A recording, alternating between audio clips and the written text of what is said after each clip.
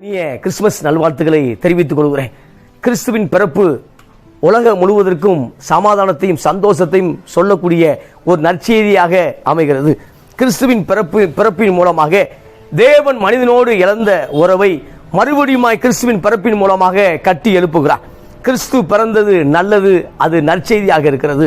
வாசிக்கிறேன். மத்தேயு புத்தகம் 1ஆம் அதிகாரம் 21 வாசிக்கும் பொழுது, அவள் ஒரு குமாரனை பெறுவாள், அவருக்கு இயேசு என்று பெயரிடுவாயாக, ஏனெனில் அவர் தமது ஜனங்களின் பாவங்களை நீக்கி அவர்களை ரட்சிப்பார். இந்த நாளில் ஒரு 4 காரியம் உங்களோடு பகிர்ந்து கொள்ள விரும்புகிறேன். முதலாவது காரியம் ரட்சிப்பார். பாவத்திலிருந்து நம்மை ரட்சிக்கக்கூடிய ஒரே தெய்வம் இயேசு. பாவத்திலிருந்து விடுவிக்கக்கூடியவராக இயேசு செயல்பட்டார். சாபங்களிலிருந்தும் பாவங்களிலிருந்தும் மக்களை விடுவிக்கக்கூடியவராக இயேசு பிறந்தார். ஏனெனில் அவர் தமது ஜனத்தின் பாவத்திலிருந்து நம்மை நீக்கி ரட்சிப்பார். ரட்சகர் என்றால் விடுதலையாக நம்மை செயல்படக்கூடியவர் தான் ஒரு ரட்சகர். ரட்சகர் என்றால் அடிமையாக இருக்கக்கூடிய மக்கள் விடுதலையாக ஒரு விடுதலையின் விடுதலையின் காற்றை சுவாசிக்க வேண்டும், அதுக்கு உதவி செய்யக்கூடியவர் தான் ரட்சகர். நாம் பாவத்தில் அடிமையாக இருந்தோம், நாம் எல்லாரும் பாவம் செய்திருந்தோம், முழு உலகமும் இருளின் அதிகாரத்தில் இருந்தது. மனிதன் பாவம் செய்ததினால தேவ மகிமை அற்றவனாக வாழ்ந்தான். கிறிஸ்து பிறந்ததினால கிறிஸ்துவை ஏற்றுக்கொண்டவர்கள், கிறிஸ்துவை நம்பக்கூடியவர்கள், கிறிஸ்து எனக்காக மரித்தார், எனக்காக பிறந்தார் என்று சொல்லக்கூடியவர்களுக்கு ஒரு ரட்சிப்பு உண்டாகிறது. எனவே கிறிஸ்து ரட்சிக்கிறவராக இருக்கிறார். அதில் வாசிக்கும் பொழுது மத்தேயு புத்தகம் 1ஆம் அதிகாரம் 18 வாசிக்கிறேன். இயேசு கிறிஸ்துவுடைய ஜனனத்தின் விவரமாவது, அப்படி தாயாகிய மரியாள் யோசேப்புக்கு நியமிக்கப்பட்டிருக்கையில் அவர்கள் கூடி வரும் முன்னே அவள் பரிசுத்த ஆவியினாலே கர்ப்பவதியானாள் என்று காணப்பட்டது. அவள் புருஷனாகிய யோசேப்பு நீதிமானாயிருந்து அவளை அவமானப்படுத்த மனதில்லாமல் ரகசியமாய் அவளை தள்ளிவிட யோசனையாக இருந்தான். இங்க பார்க்கும் பொழுது இயேசு கிறிஸ்து பிறப்பு ஆச்சரியமாக இருக்கிறது. இயேசு கிறிஸ்து எந்த ஒரு மனிதன் மூலமாய் பிறக்கவில்லை, மாறாக பரிசுத்த ஆவியின் மூலமாக தெய்வத்தின் கருணை மூலமாக அவர் பிறந்தார்.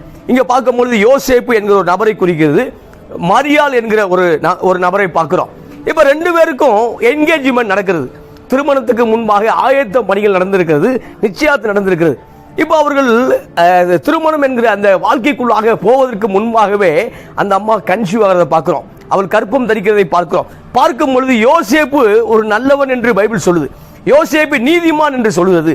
அப்ப யோசேப்பு நீதிமானாக இருந்ததுனால ஒரு யோசனை என்ன அப்படின்னா, திருமணம் ஆவதற்கு முன்பாகவே இப்போ மரியாள் கன்சீவ் ஆகிறத பார்க்கிறோம். திருமணம் ஆவதற்கு முன்பாக மரியாள் கற்பம் தரித்ததுனால மரியாளை வெளியரங்கமாய் அவமானப்படுத்தாமல், மரியாளை வெளியரங்கமாக காட்டி கொடுக்காமல் ரகசியமாய் தள்ளிவிட யோசனை இருந்தான். ஆனால் கர்த்தருடைய தூதன் சொப்பனத்தில் கனவு மூலமாக அவர் பேசுகிறார். அதை வாசிக்கிறேன். அவன் இப்படி சிந்தித்துக் கொண்டிருக்கையில் கர்த்தருடைய தூதன் சொப்பனத்தில் அவனுக்கு காணப்பட்டு, தாவீதின் குமாரனாகிய யோசேப்பே, உன் மனைவியாகிய மரியாளை சேர்த்துக் கொள்ள ஐயப்படாதே, அவளிடத்தில் உற்பத்தி ஆயிருக்கிறது பரிசுத்த ஆவியினால் உண்டானது. பரிசுத்த ஆவியினாலே இயேசு பிறக்கிறார். பிரியமானவர்களே, பரிசுத்த ஆவியின் மூலமாக இயேசு கிறிஸ்து பிறந்திருக்கிறார், மனிதன் மூலமாக அல்ல, தேவன் மூலமாக. அவருடைய பிறப்பே ஒரு ஆச்சரியமாக இருக்கிறது.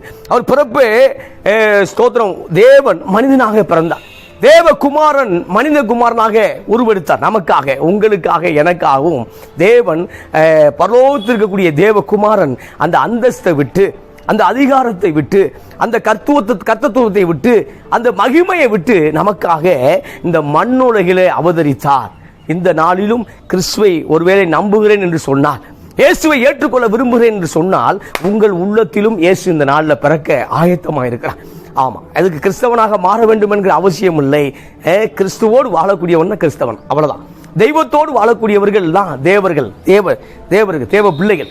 தேவ பிள்ளைகள் தெய்வத்தோடு வாழ்கிறார்கள்.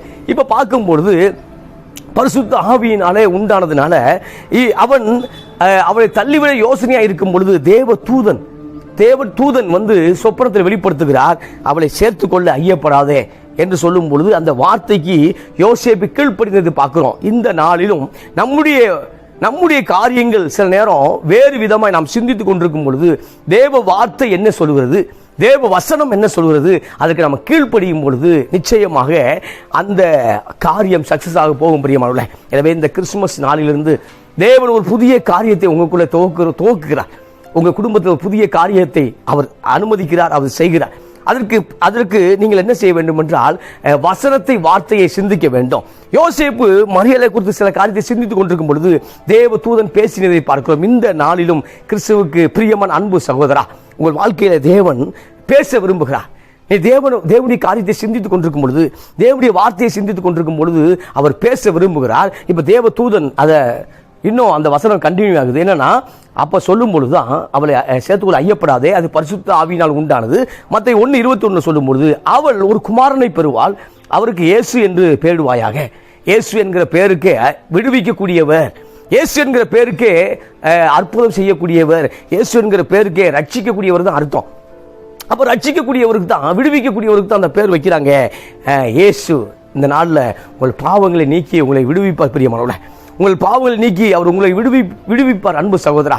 எனவே இந்த நாளில் ஒருவேளை பாவம் என்கிற அடிமை சங்கிலிக்குள் மாட்டிக்கொண்டிருந்தால், இந்த கிறிஸ்துமஸிலிருந்து, இந்த கிறிஸ்துமஸிலிருந்து, இந்த கிறிஸ்து பிறப்பில் இருந்து ஒரு நல்ல காரியம் உனக்குள்ள உள்ளான மனிதனை நீ மறுபடியும் பிறக்க வேண்டும் என்று தேவன் விரும்புகிறார். கிறிஸ்து பிறந்தது எவ்வளவு முக்கியமோ அதே போல் நீ மறுபிறப்பு அடைய வேண்டும், நீ மறுபடியும் பிறக்க வேண்டும் என்பது அதிக முக்கியமாக இருக்கிறது.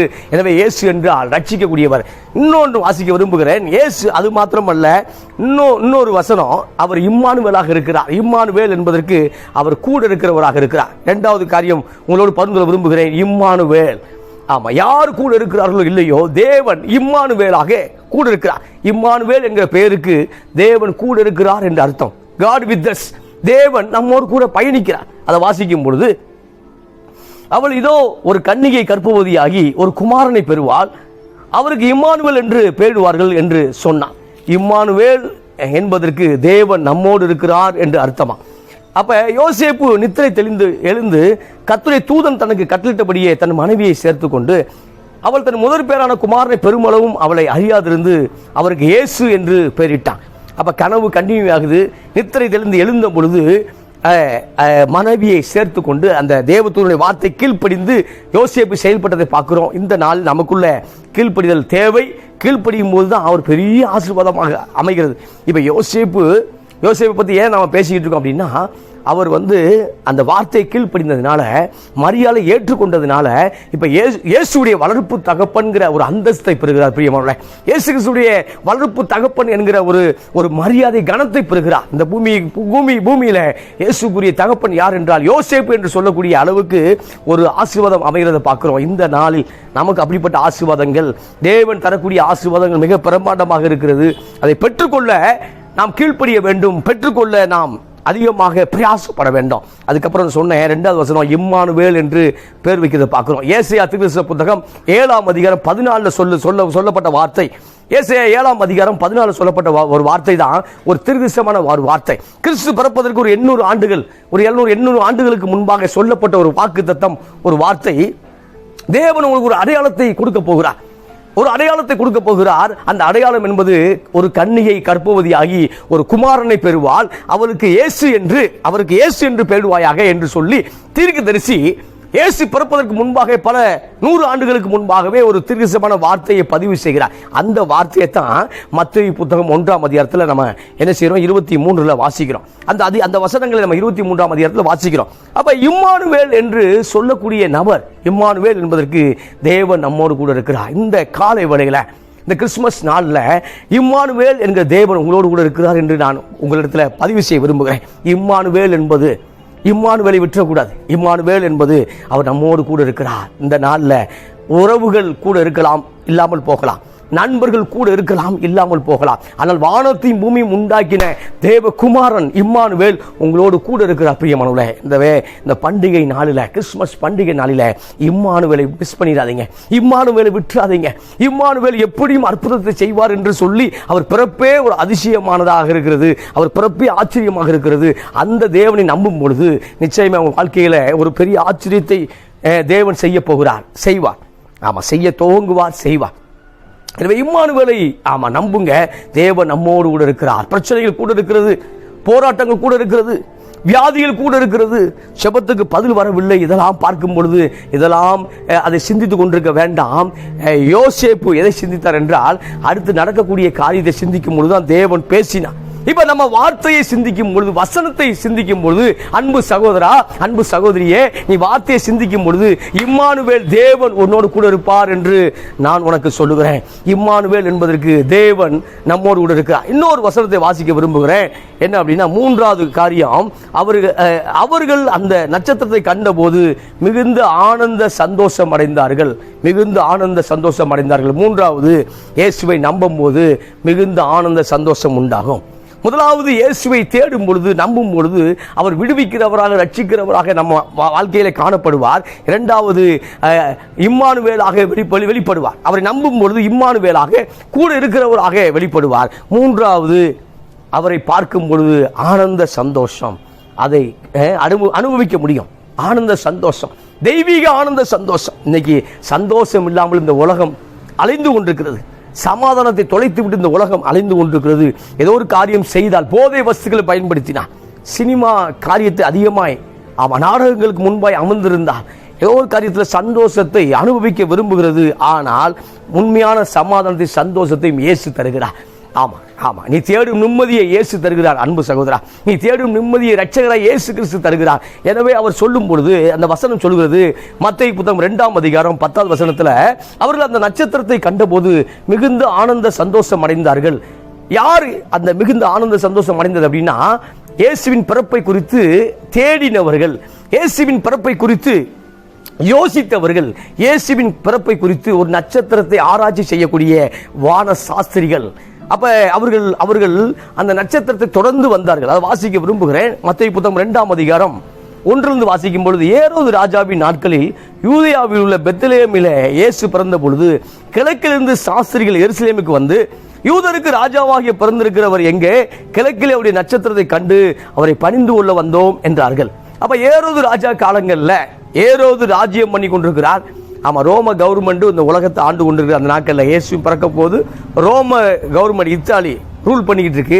இப்ப ஏரோது என்பவன் அவருக்கு சிற்றரசரை போல எங்க இருக்கான்னா, இஸ்ரேலை ஆண்டு கொண்டிருக்கிறத பார்க்கிறோம். இஸ்ரேலை ஆண்டு கொண்டிருக்கிறத பார்க்கிறோம். அப்ப கிழக்கிலேருந்து சாஸ்திரிகள், அவன் சைனா பாட்டிலிருந்து போயிருக்காங்கிறாங்க, இந்தியா பகுதியிலிருந்து போயிருக்கேன்னு சொல்றாங்க. அப்ப வான சாஸ்திரிகள் கூட்டமாய் போனார்கள். நம்ம என்ன நினைக்கிறோம், பரிசு பொருளை வைத்துக் கொண்டு ஒரு 3 சாஸ்திரிகள் போனான்னு நம்ம நினைக்கிறோம். அப்படி இல்லை. வான சாஸ்திரிகள் ஆராய்ச்சி பண்ணக்கூடியவர்கள் அந்த நட்சத்திரத்தை தேடி போனார்கள், நட்சத்திரத்தை பார்த்தார்கள். கிழக்கில் ஒரு நட்சத்திரம் உண்டாயிருந்தது. அந்த நட்சத்திரத்தை ஃபாலோ பண்ணி அந்த நட்சத்திரம் போகக்கூடிய திசையில அவர்கள் சென்றவர்கள் பெத்லெகேமுக்கு நட்சத்திரம் போய் கொண்டிருந்தது.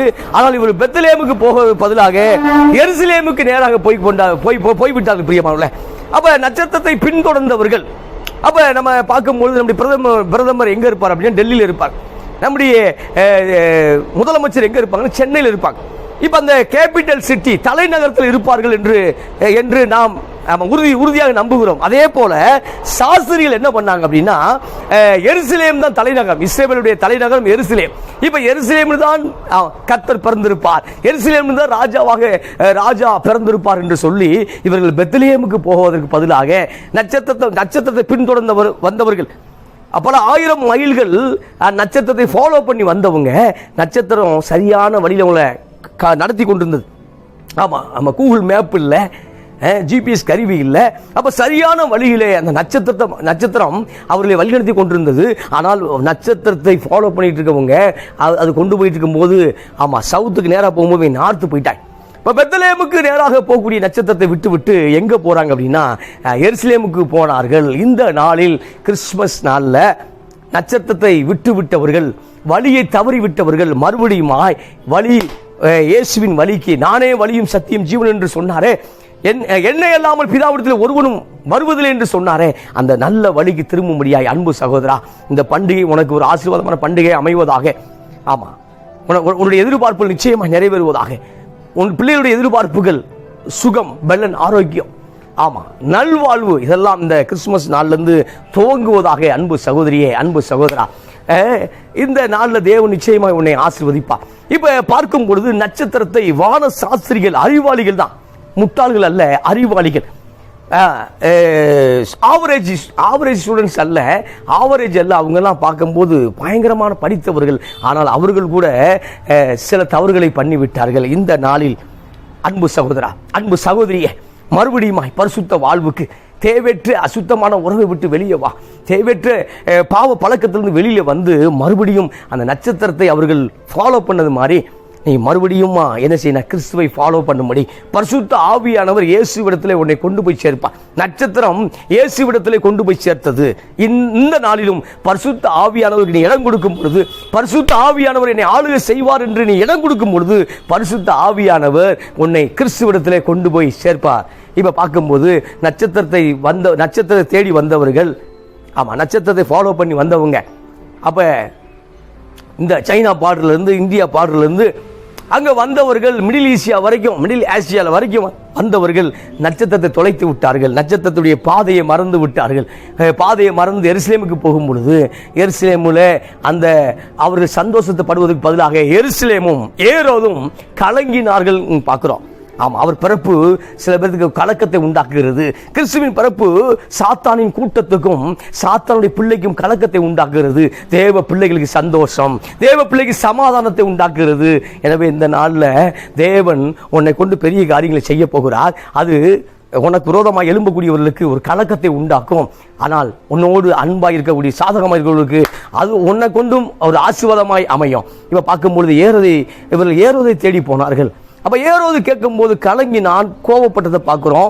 அதுக்கப்புறம் எப்படியாவது இயேசுவை கொலை செய்யும்படி ஒரு எண்ணம் உண்டாயிற்று. ஏன்னா புதிய ராஜாவை விடல. புதிய ராஜாவை சோத்திரம். அந்த ராஜா தன்னுடைய பிள்ளைகளை விடுவதற்கு சில பேர் மறுக்கக்கூடிய காலங்களில் இப்ப புதிய ராஜாவாகிய இயேசுவை விட ஏரோது மறுத்ததை பார்க்கிறோம். ஆனால் இயேசு அவர் பார்க்கும் பொழுது பூமிக்குரிய ராஜ்யத்தை ஆளும்படி வரவில்லை. ஆமாம், பூமியிலிருந்து மனிதன் தேவனோடு இணைக்கப்பட வேண்டும், இந்த பூமியிலே பரலோக ராஜ்யம் இறங்க வேண்டும் என்றுதான் அவர் வந்தார்.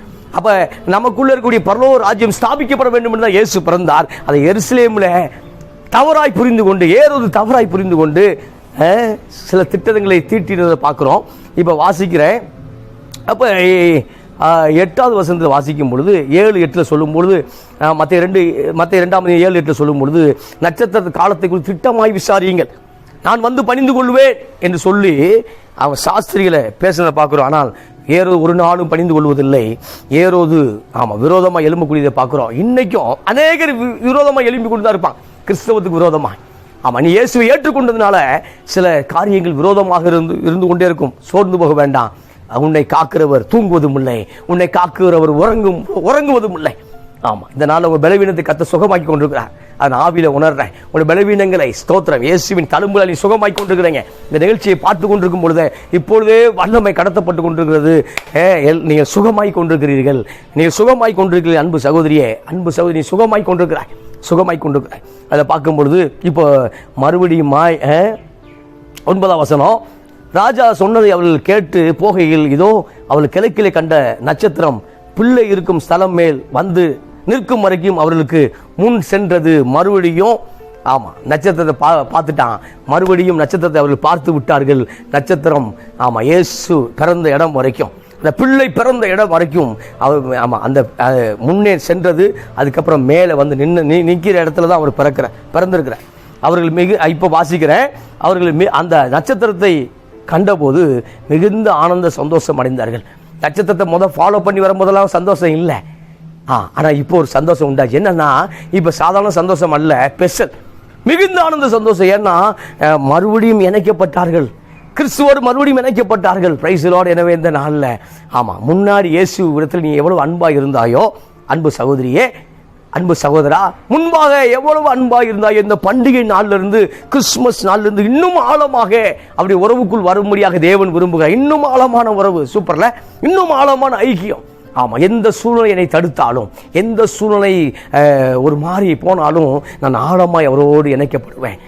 என் ஜெபத்துக்கு பதில் வரல, பரவாயில்லை, என் காரியங்கள் வேறமாய் இருக்கிறது, பரவாயில்லை, ஆனாலும் நான் இன்னும் ஆழமாய் கிறிஸ்துவை தொடருவேன், இன்னும் ஆழமாய் அந்த உறவுக்குள் வருவேன் என்று நீங்கள் வரும் பொழுது, முடிவெடுக்கும் பொழுது ஒரு பெரிய சந்தோஷம் உண்டாகும். அதைத்தான் தேவன் விரும்புகிறார். இப்ப நட்சத்திரத்தை பார்த்தவர்கள், ஃபாலோ பண்ணி பல மாதங்களுக்கு வந்தவர்கள் இப்ப பார்க்கும் பொழுது இப்ப அந்த டிஸ்கனெக்ட்ல இருந்து கனெக்டுக்குள்ள வந்துட்டான். இப்ப மறுபடியும் இதுக்குள்ள வரும்பொழுது ஒரு சந்தோஷம் உண்டாகுது பிரியமானவர்களே. எனவே தேவன் மறுபடியும் உங்களுக்கு ஒரு எல்லை இல்லாத சந்தோஷம், ஒரு பரிபூர்ண சந்தோஷத்தை கொடுப்பார்.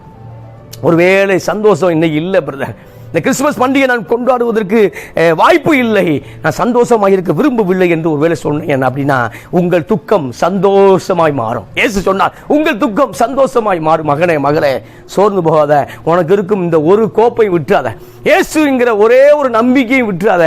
நீ மறுபடியும் எங்க வானா அவரோடு வா. நட்சத்திரத்தை கண்ட பொழுது, இப்ப பார்க்கும் பொழுது அவர்கள் அந்த வீட்டுக்குள் பிரவேசித்து 2:11 பிள்ளையும் அதன் தாயாகிய மரியாளையும் கண்டு சாஸ்தாங்கமாய் விழுந்து அதை பணிந்து கொண்டு தங்கள் பொக்கிஷங்களை திறந்து பொன்னையும் தூபவர்க்கத்தையும் வெள்ளைப்போளத்தையும் அதற்கு காணிக்கையாய் வைத்தார்கள். ஆமா, இப்ப பார்க்கும் பொழுது அவர்கள் கொண்டு வந்த ஆஃபரிங்க, காணிக்கைகளை கர்த்தர் சமூகத்தில் படைத்ததை பார்க்கிறோம். கர்த்தர் சமூகத்தில் படைத்ததை பார்க்கிறோம். இந்த நாளிலும் நம்மகிட்ட என்ன இருக்கோ அதை பெஸ்டா கர்த்தர் கொடுக்க வேண்டும் என்று விரும்புகிறார். அது மாத்திரமல்ல, தேவன் ஒரு காரியத்தை செய்ய விரும்புகிறார். என்ன வேணா, ஆமா, நம் சரீரத்தை பலியாக ஒப்பு கொடுக்க வேண்டும் என்று விரும்புகிறார். நம்முடைய சரீரத்தை ஒரு பலியாக ஒப்பு கொடுக்க வேண்டும். நம்முடைய ஆன்மா, ஆவி, ஆத்மாவை தேவன் நீ, ஆமா, உன் சமூகத்தில் நீ அர்ப்பணிக்கிறேன், சரணடைகிறேன். ஐ எம் சரண்டர், நான் சரணடைகிறேன். ஆமா, நீர் என் காரியத்தை பொறுப்பெடுத்துக் கொள்ளும். இனி அதிகமாக வார்த்தையை மாத்திரம் சிந்திப்பேன், தேவையற்ற காரியத்தை சிந்திப்பதில்லை என்று நாம் சொல்லும் பொழுது, நாம் அதை நான் அறிக்கை செய்து அவர் சமூகத்தில் இருக்கும் பொழுது நிச்சயமாக அடுத்த காரியம் சுபிட்சமாக, நன்றாக, பர்ஃபெக்டாக கத்த கொண்டு போவார். சோர்ந்து போக வேண்டாம். இந்த பண்டிகை கொண்டாட வேண்டிய, ஆமா, அந்த மூணு இல்லை பிரதர், இல்லை அது அப்படி சொல்லாத. மறுபடியுமா, ஆமா, தேவன் ஏதோ ஒன்று செய்வார். ஆமா, பல நபர்கள் பல கிறிஸ்துமஸ் பண்டிகையில், ஆமாம், பல காரியத்தை பெற்றுக்கொள்ளல. ஆனாலும் அவர்கள் கர்த்தருக்குள் தைரியமாக இருக்கும் பொழுது இந்த நாட்கள் வர வர வர ஆசீர்வதிக்கப்பட்ட சூழ்நிலை நானே பார்த்து கொண்டிருக்கிறேன். ஆமாம், பலவீனமாக இருந்தவர்கள் சுகமாய் மாறினார்கள். தரித்திரமாக இருந்தவர்கள் தேவ சமூகத்தில் உற்சாகமாக இருந்த பொழுது அவர்கள் ஆசீர்வதிக்கப்பட்டார்கள். அன்பு சகோதரா, அன்பு மகனே மகளே, சகோதரா சகோதரியே, மிகுந்த ஆனந்த சந்தோஷம் உண்டாயிற்று. அதுக்கப்புறம் 4வது காரியத்தை சொல்ல விரும்புகிறேன். மிகுந்த சந்தோஷத்தை உண்டாக்கும் நற்செய்தி. லூக்கா புத்தகம் 2ஆம் அதிகாரத்தில் வாசிக்கும் பொழுது நம்மை தேவையற்ற செய்திகள் துக்கப்படுத்தி இருக்கிறது. இதுவரைக்கும் கேட்ட செய்தி, டிவி ஆன் பண்ணோம்னா நல்ல செய்தி இல்லை. ஆமாம், டிவி ஆன் பண்ணோம்னா ஆக்சிடெண்ட்டை பார்க்குறோம், கொலைகளை பார்க்குறோம், ஆமாம், தேவையற்ற அசுத்தங்களை பார்க்குறோம், இல்லீகல் உறவுகளை பார்க்குறோம், தேவையற்ற காரியத்தை நிறைய பார்க்குறோம். ஆமாம், அப்போ அந்த செய்தி ஊடகங்கள், ஆமாம், நம்ம ஊடுருவி, ஆமாம், தீமையை விதைக்கிறது, நன்மை அல்ல. அப்போ ஊடகங்கள்னா ஊடுருவக்கூடியதான் ஊடகம் எங்கே மேலே ஊடுருவிடும். இப்போ இந்த ஊடகம் எங்கே பண்ணுதுன்னா தீமையை நமக்குள்ளே ஆழமாக விதைக்கிறது. அது நல்ல செய்தி அல்ல, அது கெட்ட செய்தியை விதைத்து கொண்டிருக்கிறது. இப்போ 4வது காரியம் உங்கள்கிட்ட விரும்புகிறேன். கிறிஸ்துவின் பிறப்பு ஒரு நற்செய்தியாக அறிவிக்கப்படுகிறது. கிறிஸ்துவின் பிறப்பு நமக்கு ஒரு நற்செய்தியாக, ஒரு நல்ல செய்தியாக இருக்கிறது பிரியமானவர்களே. எனவே இந்த நாளில் நல்ல செய்தி என்னவென்றால், உங்களுக்காக தாவீதின் ஊரிலே கிறிஸ்து பிறந்திருக்கிறார். உங்களுக்காக தாவீதின் ஊரிலே கிறிஸ்து பிறந்திருக்கிறார் என்கிறது ஒரு நல்ல செய்தியாக அமைகிறது பிரியமானவர்களே. எனவே 2ஆம் அதிகாரம் 10 சொல்லும் பொழுது, 2ஆம் அதிகாரம் லூக்கா புத்தகம் 2ஆம் அதிகாரம் 10 நான் வாசிக்கிறேன். தேவதூதன் அவர்களை நோக்கி, பயப்படாதிருங்கள், இதோ எல்லா ஜனத்துக்கும் மிகுந்த சந்தோஷத்தை உண்டாக்கும் நற்செய்தி உங்களுக்கு அறிவிக்கிறேன். ஒரு நல்ல செய்தி, குட் நியூஸ். குட் நியூஸ் நான் சொல்றேன். என்னன்னா, தாவீதின் ஊரிலே கிறிஸ்து பிறந்திருக்கிறார், ரட்சகர் பிறந்திருக்கிறார். சூப்பர்ல, வா, எவ்வளவு அருமையான செய்தி. ரட்சகர் தாவீதின் ஊரிலே நமக்காக, உனக்காக, எனக்காக அவர் பிறந்திருக்கிறார். அந்த செய்தியை முதலாக தேவ தூதர்கள் அறிவித்தார்கள். தேவ தூதர்கள் தான் கேரள சர்வீஸை பாடுறாங்க. இயேசுவின் பிறப்பை குறித்து பரலோகத்தில் இருக்கக்கூடிய தூதர்கள் தான் ஆர்ப்பரித்தார்கள். பரலோகத்தில் இருக்கக்கூடிய தூதர்கள் தான் முதல் பாட்டை பாடுறான். கேரள சர்வீஸை அவன் தான் பாடுறான். தேவ தூதர்கள் கூட்டம் தான் பாடுகிறது. அப்ப நற்செய்தியை உங்களுக்கு அறிவிக்கிறேன் இந்த காலை வேளையில. ஆமா, நற்செய்தியை கேட்காமல் சோர்ந்து போயிருக்கிறாயோ, உன் பிள்ளைகள் வாழ்க்கையில இந்த நாளில, ஆமா, நற்செய்தியை கர்த்தர் தருவார். திருமண காரியங்கள்ல, மேற்படிப்பு காரியங்கள்ல, ஓ ஸ்தோத்திரம், எதிர்பார்த்து கொண்டு கடன் அடைக்க முடியல என்று சொல்லி கடன் பிரச்சனை ஒன்று அழுத்துகிறதோ அந்த காரியங்கள்ல, ஆமா, பிரிவினையாய் பிரிந்து போன உறவுகள் மறுபடியும் சமாதானமாகும்படி செய்வார். எந்த அற்புதங்களா பிரேக் ஆகி வருதோ அந்த அற்புதங்கள் மேல கர்த்தருடைய ஆவியானவர் பிரேக் த்ரூல மிராக்கல் பண்ண அவர் வல்லமை உள்ள தேவனாக இருக்கிறார். Praise the Lord. அப்ப தேவ தூதன் சொல்லும் பொழுது ஒரு நற்செய்தியை உங்களுக்கு அறிவிக்கிறேன். உலகம் ஒவ்வொரு நாளும் டிவி ஆன் பண்ணாலும் சரி, ஆமா, செல்போன் ஆன் பண்ணாலும் சரி, வாட்ஸ்அப் ஃபேஸ்புக்கில் போனாலும் சரி, ஒவ்வொரு நாளும் இந்த உலகம் துக்கத்தை பதிவு செய்து கொண்டே இருக்கிறது, துக்கமான செய்தி. ஆனால் பைபிள் மட்டும்தான் நல்ல செய்தியை, நல்ல வார்த்தையை சொல்லிக் கொடுக்கிறது பிரியமானவர்களே. எனவே தேவன் மேலே ஏதோ வெறுப்பில் இருக்கக்கூடிய அன்பு சகோதரா, ஆமா, இந்த உலகம் துக்கத்தை பதிவு செய்து கொண்டிருக்கிறது. தேவ வார்த்தை பைபிள் மட்டும்தான் தேவ பைபிள் மட்டும்தான் நல்ல செய்தியை சொல்லுது. இப்போ நீ பைபிள் மேலேயும் கோவப்பட்டுட்டு அது தூக்கி போட்டக்கூடாதுல்ல. பைபிள் மேலேயும் கோவப்பட்டுட்டு பரிசுத்த வேதாகமத்தின் மேலேயும் கோவப்பட்டுட்டு அது தூக்கி போட்டக்கூடாது. மறுபடியும் ஆமாம் எங்கே வாங்கன்னா கிறிஸ்துவுக்குள்ளே வாங்க. இந்த கிறிஸ்மஸ் பிறப்பின் இந்த பண்டிகையில், இந்த கிறிஸ்மஸில் நீங்கள் மறுபடியும் ரிட்டர்ன் டு காட், கடவுள்கிட்ட மறுபடியும் வாங்க. ரிட்டர்ன் ஃப்ரம் காட் தானே. அப்போ திரும்ப என்ன செய்யுங்கன்னா, ஆமாம் அவர்கிட்ட வாங்க, மறுபடியும் அவர்கிட்ட என்ன செய்யுங்க, வாங்க, உங்களை ஆத்துமா இலைப்படையட்டும். இங்கே பார்க்கும்பொழுது 2ஆம் அதிகாரத்தை சொல்லும் பொழுது, ஆமாம் 2ஆம் அதிகாரம், ஆமாம் லூக்கா 2ஆம் அதிகாரத்தை சொல்லும் பொழுது, அந்த நாட்களில் ரோமர் வந்து முழு உலகத்தை ஆண்டு கொண்டிருந்தார்கள் சொன்னேன். அப்போ ரோமர் தான் அந்த உலகத்தை ஆட்சி செய்து கொண்டிருந்தார்கள். ஆனால் இயேசு வந்து ரோமர் கவர்மெண்ட்டை கவுத்திட்டு இவர் ஆட்சி பண்ணணுங்கிற இதில் வரலை. இவர் ரூலிங் பார்ட்டியை வர வேண்டும்னு விரும்பலை. இவர் வந்து பிதாவுடைய ராஜ்யத்தை பூமியில் கொண்டு வர வேண்டும், அவ்வளோதான். ஆமாம் இந்த நாளில் இந்த கட்சி நம்மளை ஆண்டு கொண்டிருக்கிறது, அந்த கட்சி ஆண்டா நல்லா இருக்குன்னு நம்ம நினைக்கிறோம். ஆனால் தேவன் நம்மை ஆசீர்வதிக்கும் போது தான் எந்த கட்சி ஆளுகிறதோ எந்த கட்சி ஆளலையோ அது நமக்கு கவலை இல்லை. தேவன் நம்மை ஆசீர்வதிக்கும் பொழுது தான் நம்முடைய வாழ்க்கை நல்லா இருக்கும் பிரியமானவர்களே, நம்முடைய தேசம் நல்லா இருக்கும் பிரியமானவர்களே. அப்போ தேசத்தை கர்த்தர் தான் ஆசீர்வதிக்க வேண்டும். ஞானிகள் ஆளும்போது கூட கர்த்தர் ஆசீர்வதிக்கவில்லை என்றால் தேசம் பஞ்சத்தில் தான் இருக்கும். முட்டாள்கள் ஆண்டால் கூட தேவன் தேசத்தை ஆசீர்வதித்தால் அது சம்பூர்ணமாக இருக்கும் பிரியமானவர்களே. இங்கே பார்க்கும்போது 2ஆம் அதிகாரத்தில் குடிமதிப்பு எழுத வேண்டும் என்று விரும்புகிறார். ரோமர் ராயர்ல குடிமதிப்பு எழுத வேண்டும். சென்சஸ். அப்போ இப்போ பார்க்கும்போது இந்த நாட்களில் பார்க்கும்போது சவுத்தில் இருக்கவே, நார்த்தில் வந்தாலும் சரி, நார்த்தில் சவுத்தில் வந்தாலும் சொல்லி வந்திருந்தாலும் ஏதோ ஒரு அப்போ குடிமதிப்பு எழுதிடுவோம். ஆனால் அந்த நாட்களில் பார்க்கும்பொழுது யோசேப்பு பெத்லெகேம் ஊர்க்காரர். அப்போ யோசேப் பெத்லெகேம் ஊர்க்காரர், ஆனால் அவர் நாசரேத்தில் இருக்கிறார். அவர் பெத்லெகேம் போகும்படியாக ரோமருடைய அந்த சேவர்கள் கட்டாயப்படுத்தப்படுகிறார்கள். இப்போ அவன் அந்தந்த ஊரில் போய் சென்சஸ் எடுக்க போகிறோம் சொல்லும் பொழுது இவர்கள் வந்து நாசரேத்திலிருந்து எங்கே போகிறாங்க அப்படின்னா, வாசிக்கிறேன் 2ஆம் அதிகாரம், லூக்கா 2ஆம் அதிகாரம் 5ல், கலிலேயா நாட்டில் உள்ள நாசரேத் ஊரிலிருந்து யூதேயா நாட்டில் உள்ள பெத்லெகேம் என்னும் தாவீதின் ஊருக்கு போனான். யார் போறார் அப்படின்னா யோசேப்பு. அவ்விடத்தில் அவர்கள் இருக்கையில் அவர்களுக்கு பிரசவம் நேரிட்டது. ஏன்னா கூட்டமாக அவர்கள் போய் கொண்டிருக்கிறார்கள். கூட்டமாக நாசரேத்தில் இருக்கிறவர்கள் பெத்லெகேமுக்கு போகிறாங்க, எருசலேம் இருக்கவன் பெத்லெகேமுக்கு போகிறான், எருசலேம் இருக்கவன் சமாரியாவுக்கு போகிறான்.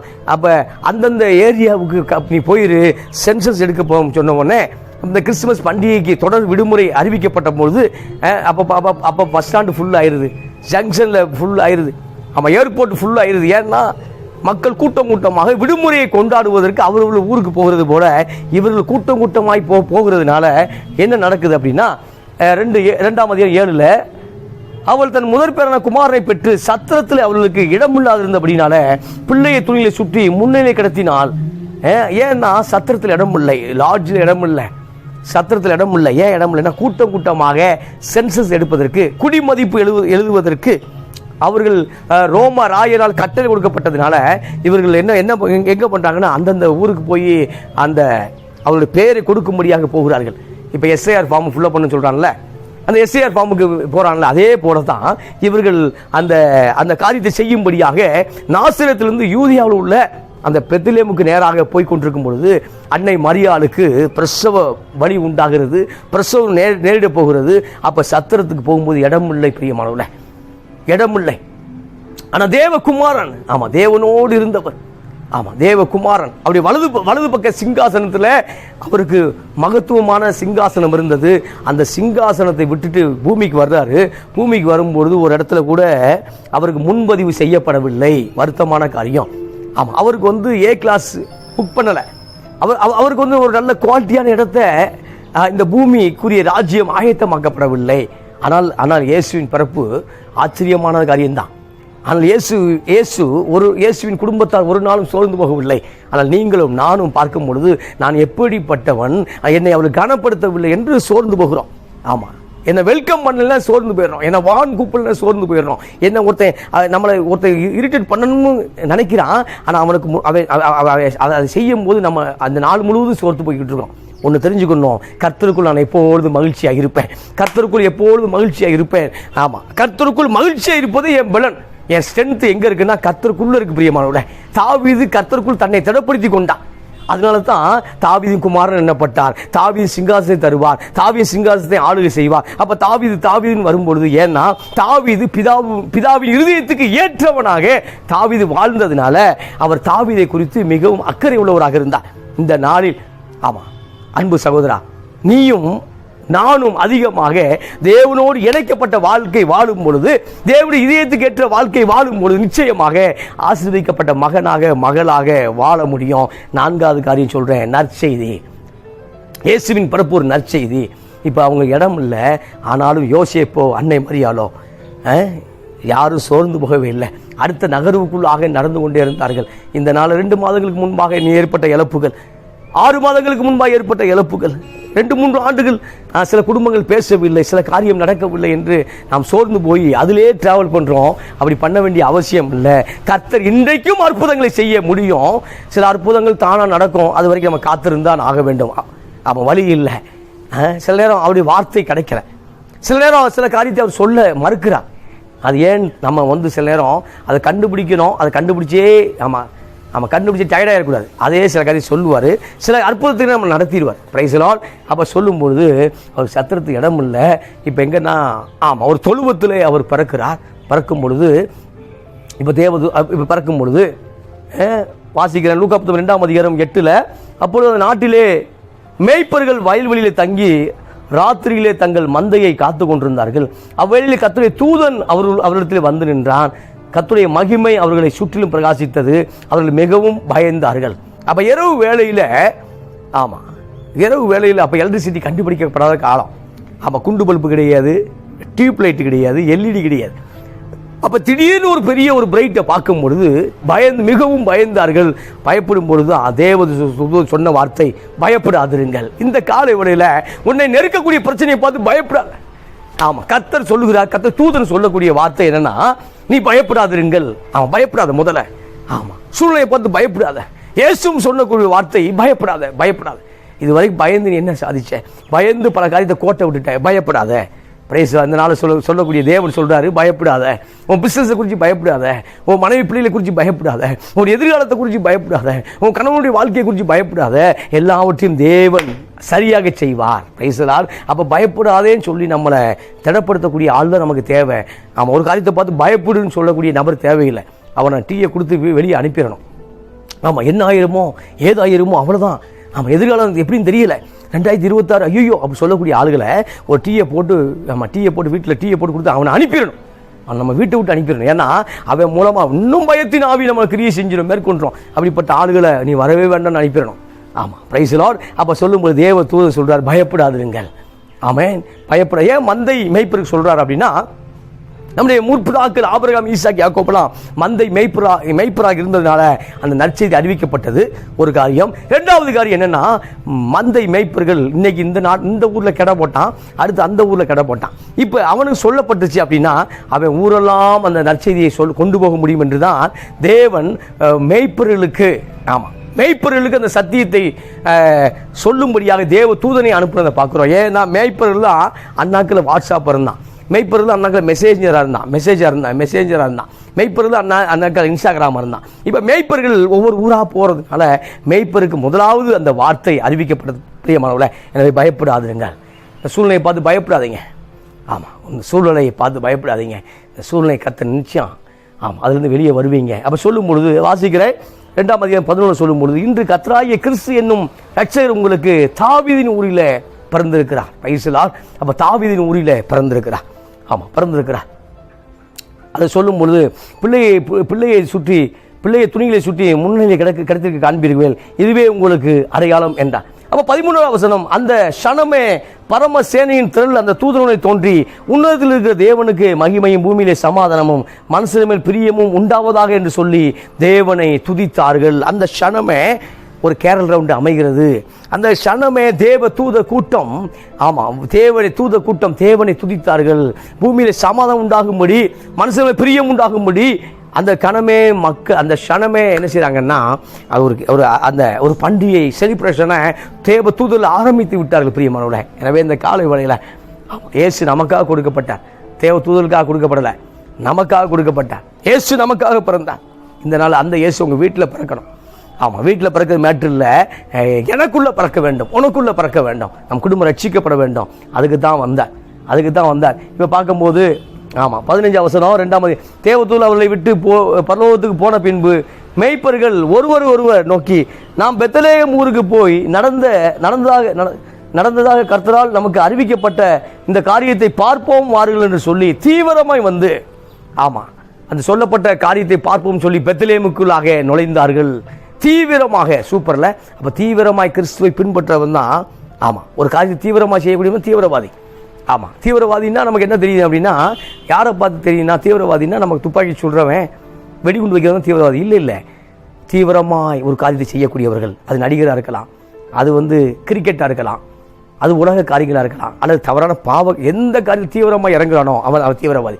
அப்ப கிறிஸ்துவுக்குள் நாம் தீவிரமாக இறங்கும் பொழுது நாம் தீவிரவாதியாக அங்கீகரிக்கப்படுகிறோம். தீவிரமாய் வேலை செய்யக்கூடியவர்கள் பரலோகம் தேடிக்கொண்டிருக்கிறது. இப்பொழுது தீவிரமாய் வந்தார்கள். வந்து சொல்லப்பட்ட காரியத்தை குறித்து, ஆமாம், தீவிரமாக மரியாதையும் யோசேப்பையும் முன்னிலை கடத்தி இருக்கிற பிள்ளையும் கண்டார்கள். கண்டு அந்த பிள்ளையை குறித்து தங்களுக்கு சொல்லப்பட்ட சங்கதியை பிரசித்தம் பண்ணினார்கள். மெய்ப்பொருளாய் தங்களுக்கு சொல்லப்பட்டதை கேட்ட யாவரும் அவைகளை குறித்து ஆச்சரியப்பட்டார்கள். ஆமாம், ஆச்சரியப்பட்டார்கள். நான் சொன்னேன்ல, மேய்ப்பர்கள் அறிவிக்கப்படும் பொழுது அவர்கள் அந்த செய்தியை கடத்தி கொண்டிருந்தார்கள். அந்த செய்தியை, அந்த நற்செய்தியை தனக்குள்ள வைத்திருக்கவில்லை, ஒவ்வொரு ஊருக்கும் பாஸ் பண்ணிட்டு இருக்கான். இப்போ அந்த செய்தியை கேட்டு கொண்டிருந்த இடம் வேற, செய்தியை சொல்லும்படி பெத்லகேமுக்குள்ள வந்தார்கள். அப்போ அநேக காரியத்தை சொன்னார்கள். இந்த நாள் அந்த நற்செய்தி தான் உனக்கும் எனக்கும் ஆசீர்வாதமான வார்த்தை அமைகிறது. என்னன்னா, இன்று கர்த்தராகிய இயேசு என்பவர், இன்று கர்த்தராகிய தேவகுமார ரட்சகர் நமக்காக தாவீதின் ஊரிலே பிறந்திருக்கிறார். இந்த நாள் உங்களுக்காக இயேசு பிறந்திருக்கிறார். ஆமா, இனி துக்கமுகமாக இருக்க வேண்டாம். நெகேமியா துக்கமுகமாக இருந்தார். ஆனால் தேவன் அந்த ராஜாவின் மூலமாக நெகேமியாவுடைய துக்கத்தை ஆனந்த சந்தோஷமாக மாற்றினார். இந்த நாளில் துக்கமுகமாக இருக்கக்கூடிய அன்பு சகோதரா, இந்த கிறிஸ்துமஸ் பண்டிகை உனக்கு ஆசீர்வாதமாய் அமையும் என்று நான் நம்புகிறேன். ஆமாம், ஆசீர்வாதமாய் அமையும். அன்பு சகோதரியே, ஆசீர்வாதமாய் அமையும். நீங்கள் ஆசீர்வதிக்கப்பட்டவர்கள். ஏனென்றால் உங்களுக்கு ஒரு நம்பிக்கை உண்டு. ஆமாம், கிறிஸ்து பிறந்ததுனால இந்த பூமிக்கு ஒரு நம்பிக்கை உண்டு, உங்களுக்கு ஒரு நம்பிக்கை உண்டு. கிறிஸ்து உங்களுக்காக தாவீதின் ஊரில் பிறந்திருக்கிறார். எனவே 4 காரியத்தை நான் உங்களோடு இந்த நாளில் பகிர்ந்து கொண்டேன். 1, அவர் ரட்சகராக நமக்கு வெளிப்பட்டார். ரட்சகர், அந்த ரட்சகரை பிரச்சனை வரும்போது மட்டுமல்ல, எப்போதும் பிடித்துக் கொள்ள வேண்டும். ரட்சகர் இம்மானுவேல். 2வது காரியம், இம்மானுவேல் என்பதற்கு நம்மோடு கூட இருக்கிறார். அப்ப இம்மானுவேலை பிரச்சனை வரும்போது தேட வேண்டாம், எப்போதும் இம்மானுவேலை தேடும் பொழுது அவர் நம்மோடு இருக்கிறார். 3வது காரியம், அந்த நட்சத்திரத்தை கண்டபோது ஆனந்தம் அடைந்தார்கள்.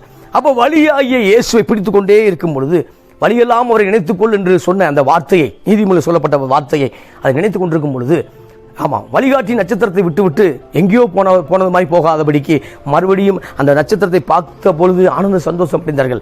எனவே இந்த நாள் அந்த கிறிஸ்துவை மறுபடியும் நீங்கள் அந்த அவருடைய ஐக்கியத்தில் இன்னும் அதிகமாக இணைக்கப்படும் பொழுது ஆசீர்வதிக்கப்படுவீர்கள். 4வது காரியம், நற்செய்தி. ஆமாம், கிறிஸ்துவின் செய்தி மட்டும்தான் நற்செய்தி. கிறிஸ்துவின் பிறப்பு மட்டும்தான் நற்செய்தி. இந்த உலகத்தில் வேறு எந்த ஒரு செய்தி நற்செய்தி அல்ல. கிறிஸ்துவின் பிறப்பு மட்டும்தான் நற்செய்தி.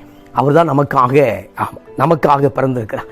எனவே இந்த நாளில் ஆமாம், சோர்ந்து போன அன்பு நெஞ்சங்களை நீங்கள் துள்ளி பாடும்படியாக தேவன் விரும்புகிறார்.